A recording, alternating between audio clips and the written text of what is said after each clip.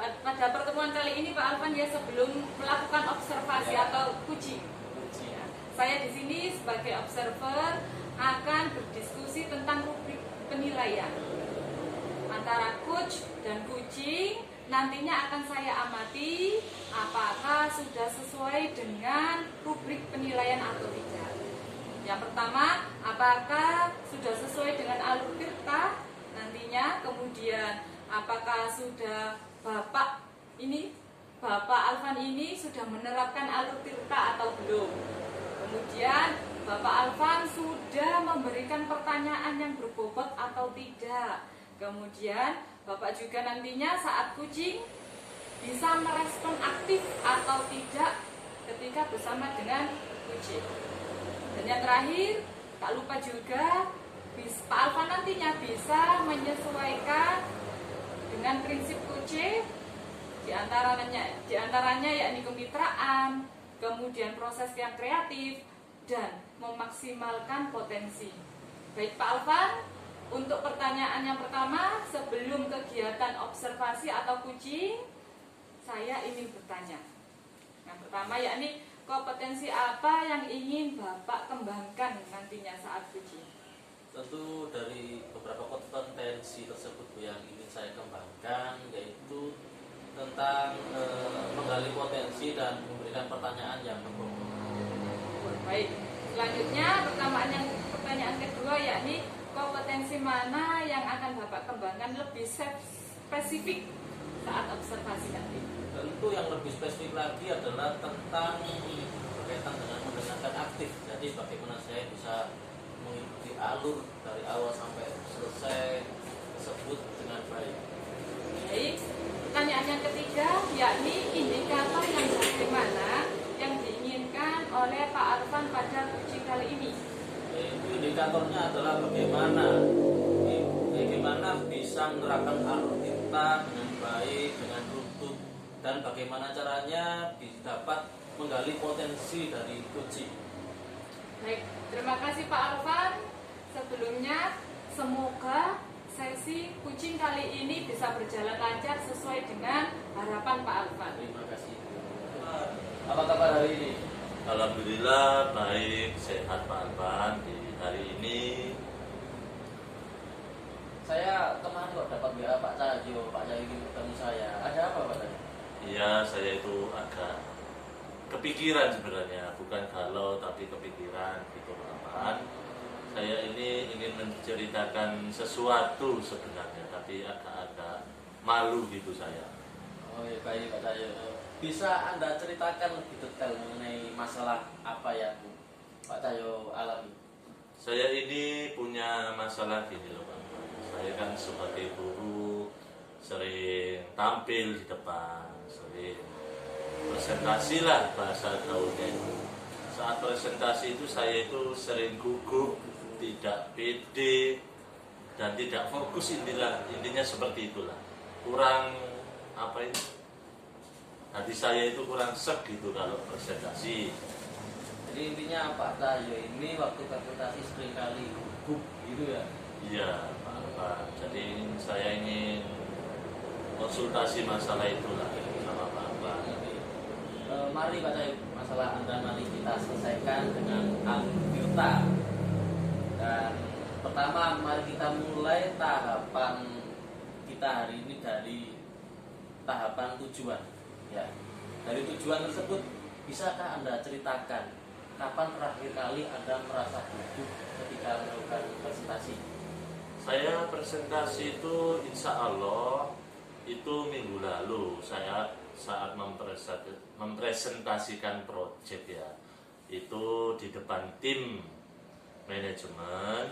Saya merasa sangat gugup gimana gitu, pokoknya intinya saya itu gak pede dalam presentasi itu loh Pak. Sehingga presentasi itu menurut saya tidak berjalan selancar yang orang lakukan itu. Jadi karena sesuatu hal ketika presentasi jadi merasa gugup gitu Pak? Betul Pak, seperti itu. Mari untuk tahap selanjutnya kita tahapan identifikasi Pak. Kira-kira Pak, apa yang menurut Anda menjadi penyebab utama rasa gugup Anda? Saya itu takut adanya kesalahan, baik salah kata, salah menyampaikan, salah mengoperasikan semua itu. Jadi saya itu khawatir awalnya itu. Jadi setelah khawatir itu saya menjadi takut, Pak. Jadi rasa gugup saya itu muncul jadi seperti itu. Apalagi kalau ada pertanyaan dari audiens, jadi seperti itu.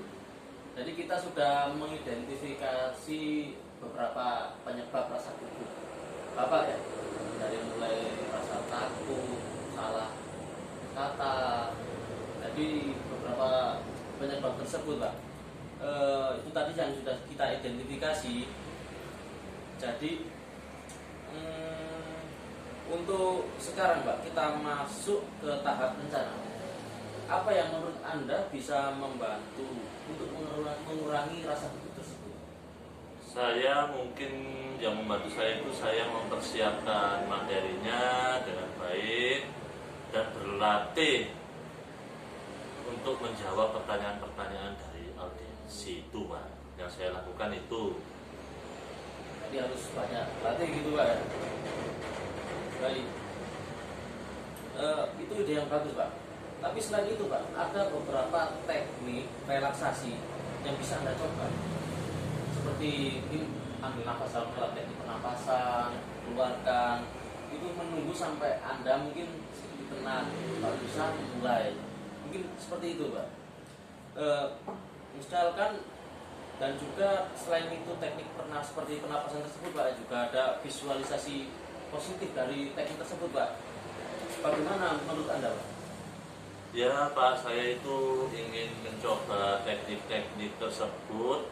Mungkin itu bisa membantu saya, Pak, untuk mengurangi kegugupan saat presentasi di depan audiensi itu.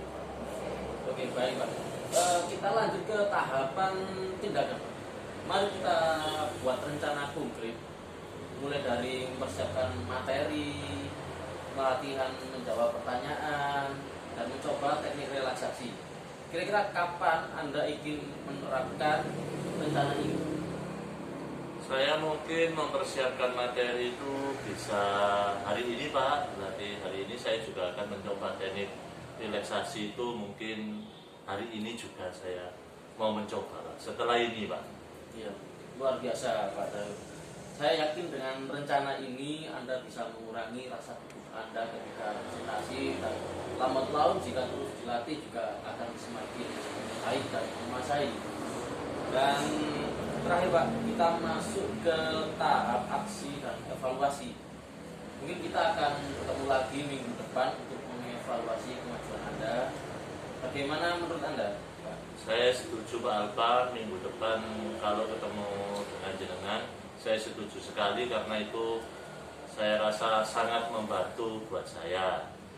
Dan terima kasih banyak bantuannya untuk hari ini, Pak Alvan. Nah, kira-kira setelah kita melakukan sedikit coaching hari ini, apakah Pak Tami sudah menemukan solusi dari masalah Bapak?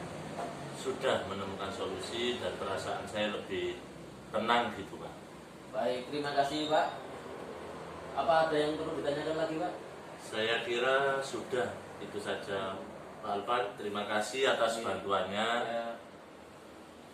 Dan semoga Bapak juga dapat berlatih terus dan dapat menjadi guru yang dapat mempresentasikan tanpa rasa gugup, Pak. Ya, terima kasih, Pak Alvan. Sampai jumpa di lain waktu, Pak. Ya, terima kasih, Pak. Terima kasih. Bagaimana Pak Alvan, kita berjumpa kembali Ya. pada sesi pasca observasi. Ya Pak Alvan tadi sudah melakukan uji bersama dengan Bapak Cahyo. Bapak Cahyo. Nah, setelah melakukan uji, kira-kira apa saja nih yang sudah Bapak lakukan saat melakukan uji tersebut tercapai atau tidak sesuai dengan masalah yang dihadapi oleh Bapak Cahyo? Ya, alhamdulillah dalam coaching tersebut saya sudah menerapkan alur tirta dan menggali masalah apa yang dialami Pak Cahyo terkait rasa gugupnya saat presentasi tersebut. Dan saya pada tahap tersebut saya juga berusaha untuk menjadi pendengar aktif dan mencoba untuk memberikan pertanyaan yang berbobot. Jadi, menurut menurut saya sebagai observer, ya tadi kucing yang dilakukan oleh Pak Alvan ini sudah sangat baik juga, berjalan dengan baik, sudah menerapkan alur dikta. Kemudian Pak Alvan sudah berusaha menggali informasi atau menggali masalah-masalah yang dihadapi oleh Bapak Cahyo. Nah, kemudian Pak Alvan juga memberikan pertanyaan-pertanyaan yang berbobot. Pak Alvan juga membantu untuk menemukan solusinya pula. Dan kucing juga sudah melakukan dengan baik, Bapak tadi, sesuai dengan prinsip-prinsip kucing. Baik, kemudian kompetensi apa lagi yang ingin dikembangkan berdasarkan hasil melakukan kucing yang barusan Bapak lakukan? Yang ingin saya kembangkan adalah terkait memberikan pertanyaan yang berbobot. Menurut saya masih perlu belajar dan masih belum puas. Baik Pak Alvan, semoga kedepannya kita bisa melakukan kucing lebih baik lagi. Demikian Pak Alvan, observasi kali ini semoga bermanfaat bagi kita. Saya tutup Pak Alvan, ya. Assalamualaikum warahmatullahi wabarakatuh. Waalaikumsalam.